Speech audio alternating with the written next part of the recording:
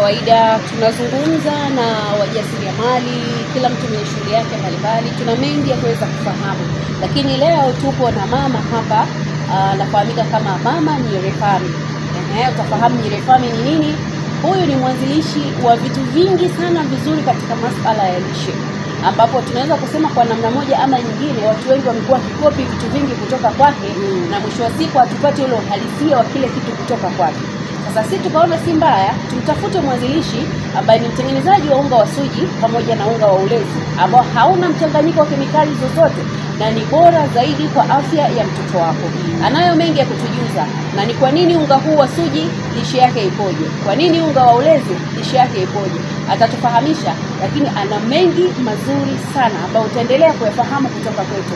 Mimi jina langu naitwa Mwanaisha Suleiman, niko na mwenzangu Renalda Masawe au Mdamu Chakalikaji. Karibu mama. Shikamoo. Marhaba. Utambulisho unaitwa nani, lakini pia ongea na Watanzania. Mimi kwa majina naitwa Edna Robert Mirembe, kama Mama Nyerefami, ambaye mimi ndio mwanzilishi wa unga wa ulezi, unga wa suji na mengineyo mengi, kama kutengeneza mtama, uwele, unga wa ndizi, hivyo vyote mimi navitengeneza.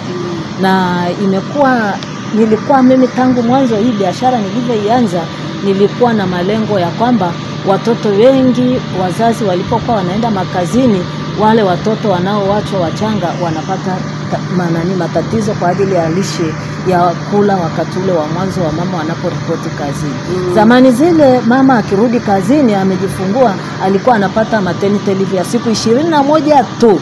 Imagine kale katoto kanaishije. Basi ndio tukawaza mimi na mume wangu kwamba tufanyeje hii kazi. Sisi itatulipa na baadhi ya Watanzania itawalipa. Tutakuwa na kizazi ambacho kitakuwa na akili nzuri.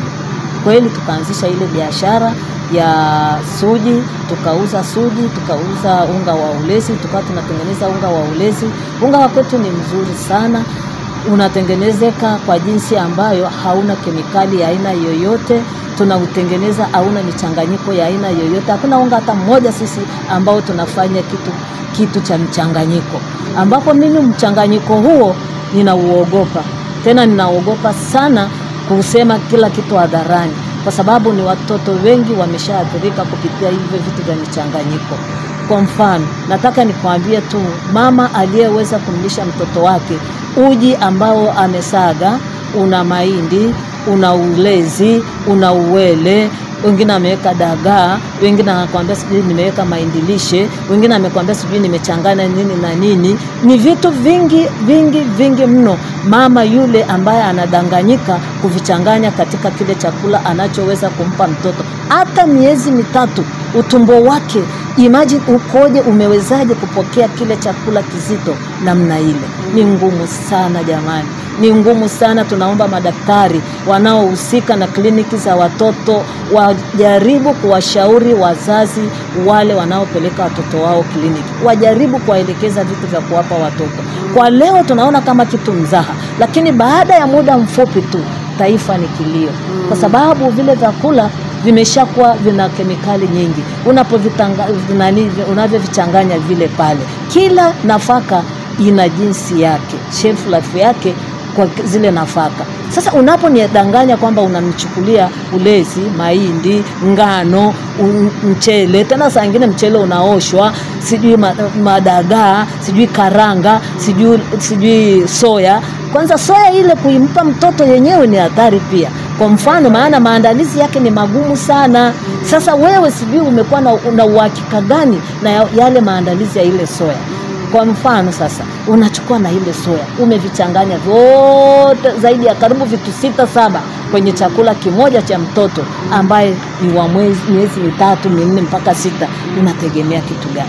Madaktari mtusaidie na serikali msaidie, kwa sababu hili ni bomu litakalofumuka baada ya miaka michache wale watoto ambao wameshiriki katika kile chakula cha mchanganyiko namna ile. Na ukitaka kuamini, hakuna mtu ambaye atanunua ule unga auweke dukani aseme kwamba huu unga umeharibika, maana au expire. Ndio Umeharibika kabla ya muda ule. Hata yani tuseme kwa mfano unga uliochanganya karanga au uliochanganya dagaa, sana sana siku 5 ni nyingi sana. 5 ni nyingi sana. Hatari sana. Watu wanakula vitu ambavyo Zile karanga siku 5 ni nyingi sana kwa sababu ya yale mafuta ambayo yako kwenye ile karanga. Alafu umeshasaga ukavichanganya vyote kwa pamoja. Fikiri kama wewe. Karanga haitakiwi kuchanganywa kabisa katika unga wa hapana. Kama unataka kumpa ile karanga, sijakunyima usimpe mtoto karanga. Karanga isage pekee. Kama siku hizi bahati nzuri tuna mashine. Unasaga karanga yako, weka vizuri kwenye kontena yako, funga vizuri. Sasa ile unapika basi. Chota kiasi unachotaka, changanya kwenye ule uji wa mtoto. Unapochanganya kwa muda ule haitakuwa ni sumu kama ile ulivyochanganya kwa mwanzo ule. Ni vigumu sana. Kwa hiyo mimi najaribu kuwashauri wakina mama wanaozaa watoto wao sasa hivi wajaribu kuwapenda watoto wao. Mimi ninaona wamama wamekuwa busy kiasi cha kwamba hataki kukaa jikoni ajue amepikaje chakula cha mtoto wake mchanga. Ndio. Hataki kabisa kuelewa mtoto wake mchanga anakulaje. Ana ratiba kabisa. Ana ratiba ya mtoto wake atakulaje. Kwa hiyo yeye akishamwachia usigeli anajua amemaliza mchezo. Amemaliza mchezo. Sisi wakati tunalea mwanzoni kabisa, sisi tunapolea, mimi siwezi kwenda kazini sijaandaa chakula cha mtoto nikiache ili yule usigeli alioko nyumbani alishe tu. Na mimi nikirudi nihakikishe ni kweli yule mtoto amekula vizuri. Tena kwa muda gani? Kwa muda gani? Maana mtoto ukirudi lazima utaona dalili. Alikula kwa wakati muafaka utajua, hakula kwa wakati muafaka utajua. Ukimdanganya na kitu kidogo kama alikula kwa muda muafaka atapokea. Lakini kama amekula muda ambao sio, hawezi kukila. Utaona anashikashika tu anazunguka nacho hali kwa sababu ana njaa, alichokula sio sahihi na kwa muda aliokula sio sahihi. Lakini mama wa leo ni busy full time. Anakuambia dada wa kazi anajua ratiba ya mtoto. Anajua kabisa amekula, ajui chochote mtoto amekula nini. Saa nyingine dada anampa vitu ambavyo sio sahihi. Sio sahihi. Kwa hiyo mama hapo unazalisha au unalima, unafanyaje? Mimi ninazalisha. Mimi ninazalisha. Mimi ni mzalishaji wa kwanza unga wa ulezi. Nataka niseme tofauti na wale wa mama walikuwa wanauza sokoni ambao wanauza hata mpaka leo kwa kikopo. Mimi nilikuwa ni mama wa kwanza wa kuzalisha kitu kinaitwa unga wa ngano na kufunga wa kupeki unga wa ngano. Nilikuwa na ripeki unga wa ngano kutoka kwenye kilo, wakati ule ulikuwa unakuwa pekdi kwenye kilo 100. Na mimi nikawa kutoka NMC wakati ule kilo 100. Kwa hiyo mimi nikaomba kibali, nikapewa hicho kibali na marehemu Sokoine kupeki unga wa ngano. Hatari sana. Wakati ule. Na nilikuwa na peki kwenye kilo 2. Ndivyo nilivyokuwa na peki. Ndio wakati huo sasa nikaanza kuripeki na unga wa suji. Ndio. Kwa hiyo nikaanza kuuza. Ni miaka mingi sana. Sana. Kwa watu waliokuwa wanajua unga wa suji pia unaweza ukaupikia ugali. Unga wa suji unapikia uji, na si special kwa watoto tu. Unga wa suji ni kwa marika yote. Marika yote.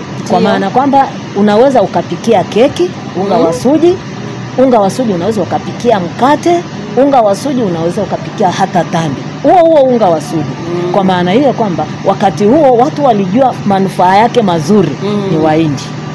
Na ndio wanautumia sana. Na ndio wanatumia sana. Ukizungumzia huu unga wa suji una testi fulani ya tofauti, lakini pia ni mwepesi, unaseleza.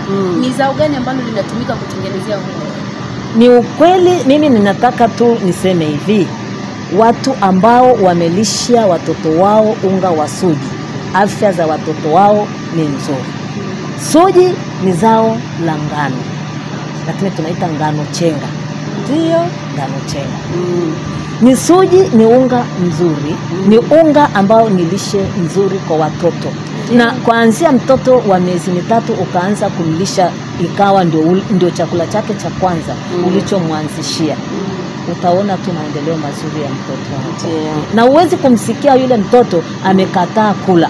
Hawezi kukataa. Mimi naumia sana wakati mzazi atakwambia mtoto wangu ali kabisa. Mtoto wangu ali jamani, nakosa hamu ya kula.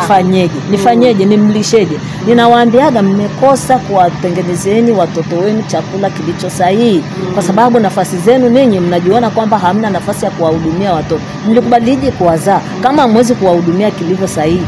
Kwa nini mkawazaa sasa? Chakula unaweza kupikaje kumwambiaje au sigeli alishe mtoto wako? Yawezekani? Kwani yule au sigeli ana mtoto? Anajua namna ya kumwandalia yule mtoto? Wewe uleza ndiye mwenye uchungu na mtoto wako. Muandalie mtoto wako, jua anakula nini. Kwa maana hiyo mama, lazima ujue ratiba ya mtoto wako kabla hujaondoka kwenda kwenye shughuli zako. Jua ratiba ya mtoto wako, na utakapojua ratiba yako, maandalizi utaandaa vizuri na utajua nimpe nini mtoto wangu. Si kwamba mnaenda kukaa huko vijiweni usikie mwenzako anikikwambia kuna lishe fulani ina mchanganyiko maalum ndio nampa mtoto wangu, na wewe ukaenda kukaa nacho ukaanza kulisha mtoto. Matokeo yake ndio wewe mtoto anashindwa kula. Sasa ile michanganyiko, hebu kula wewe uone kwa siku nzima kama utakula chakula. Kama utasikia hamu ya kula chakula. Kwa maana hiyo, na yule mtoto unapompa ule uji, ina maana ule uji hauchambuliwi tumboni mwake. Kwa sababu tumbo wake kwanza ni mchanga sana. Hauchambuliwi. Sasa unataka hale kwa vipi? Akiona kila chakula chake kinaletwa ni kulia tu, hawezi kukifurahia. Mbona anakifurahia chakula chako wewe unachokila? Si kwa sababu kila wewe unachokula ni fresh, ni kizuri. Ndio maana unaona anakililia kile cha kwako. Wengine anasema hataki uji, anataka tu chakula cha chumvi. Maandalizi ya ule uji ukoje? Wewe mama, wewe mzazi, unaambiwa kwa nini mtoto wako anakataa kula. Je, umewahi kumpa unga wa suji akakataa kula? Utuambie.